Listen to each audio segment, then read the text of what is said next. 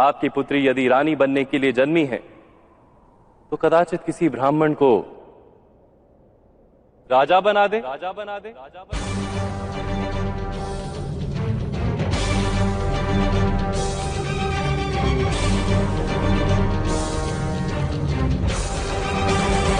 उपस्थित राजाओं और प्रेक्षकों, संसार में स्वप्न कभी सफल नहीं होते और संकल्प कभी विफल नहीं होता। किसी ने यदि कोई संकल्प लिया है तो किसी रूप में या किसी माध्यम से वो संकल्प अवश्य सफल होता है। विश्व के सबसे समर्थ योद्धा के साथ मेरी पुत्री का विवाह करना मेरा संकल्प है और वो अवश्य पूर्ण होगा।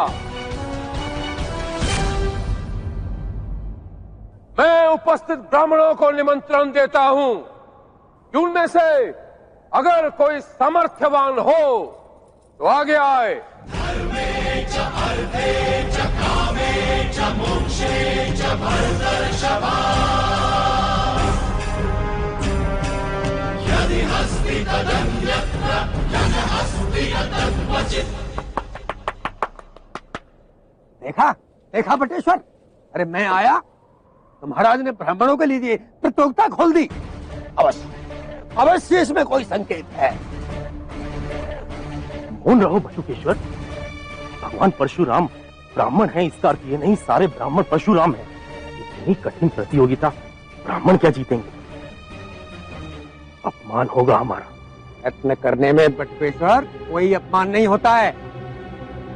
तुम पांचों भाई तो बड़े बलवान दिखाई देते हो, तुम में से कोई एक वहां जाओ और प्रयास करो भाई।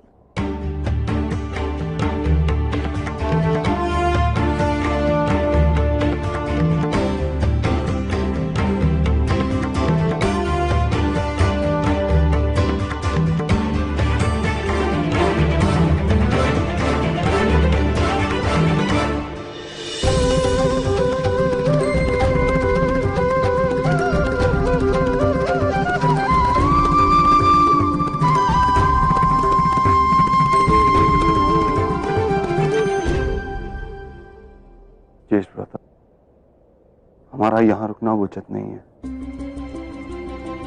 सभी सभाजनों का ध्यान ब्राह्मणों पर है।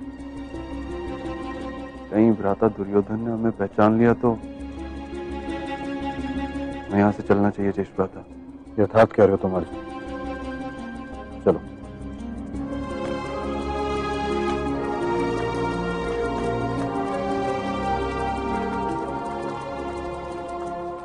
ये क्या मूर्खता कर रहे हैं महाराज ध्रुपद? जो कार्य हम जैसे सामर्थ्यवान क्षत्रिय नहीं कर पाए वो ये ब्राह्मण क्या कर दिखाएंगे?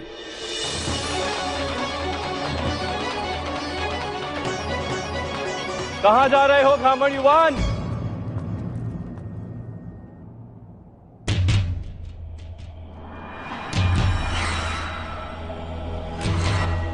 चुनौती को जीतने की क्षमता होते हुए उसका त्याग करना भी अवश्य सामर्थ्य कहलाता होगा।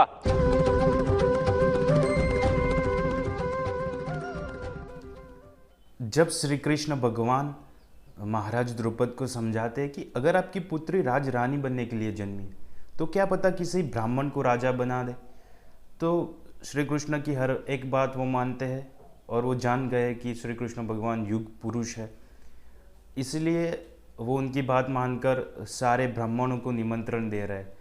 उन्होंने ये कहा कि संसार में स्वप्न कभी सफल नहीं होते, लेकिन संकल्प किसी ना किसी रूप में अवश्य सफल होता है। तो ये कहने की कोशिश करें कि स्वप्न अक्सर बहुत भाग्यशाली व्यक्ति होते उनके ही पूरे होते, वरना स्वप्न कभी भी सफल नहीं होते और वो हम सबको पता है। और जो संकल्प होता है वो किसी न किसी रूप में अवश्य पूर्ण होता है। तो मेरा भी ये संकल्प है कि विश्व के सबसे श्रेष्ठ धनुर्धर के साथ मेरी पुत्री का विवाह हो और वो संकल्प आज अवश्य पूर्ण होगा, ऐसा मुझे विश्वास है। ऐसा कह के वो ब्राह्मणों को निमंत्रण देते कि अगर कोई ब्राह्मण युवान जिसमें सामर्थ्य हो इस प्रतियोगिता को जीतने की वो आगे आए और इस प्रतियोगिता में भाग ले। और दूसरी ओर दुर्योधन जिनको अहंकार है वो ये कह रहे हैं कि ये क्या हो रहा है, ये महाराज द्रुपद क्या कर रहे हैं, जबकि इस प्रतियोगिता को हम जैसे सामर्थ्यवान क्षत्रिय नहीं जीत पाए तो ब्राह्मण कैसे जीत पाएंगे। तो ये उनका अहंकार बोल रहा है। महाराज ने ब्राह्मणों को निमंत्रण दिया, इसलिए अब सारे लोगों का ध्यान उन पर है, इसलिए अर्जुन वहाँ से जाने को कहता है और वो वहाँ से जा रहे हैं।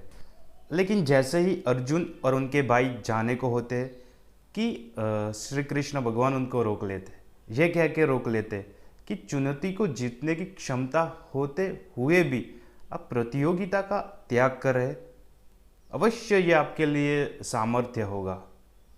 ऐसा कह के रोक देते कि क्या सच में ये सामर्थ्य है। और जब श्री कृष्ण भगवान ने ये बात बोली तब अर्जुन को पता चल गया कि श्री कृष्ण भगवान उनको जान गए। पांडव को पता चल गया कि श्री कृष्ण भगवान ने उनको पहचान लिया। तो यहाँ पे श्री कृष्ण भगवान अर्जुन और पांडव को रोक रहे। जय श्री राम, जय श्री कृष्ण।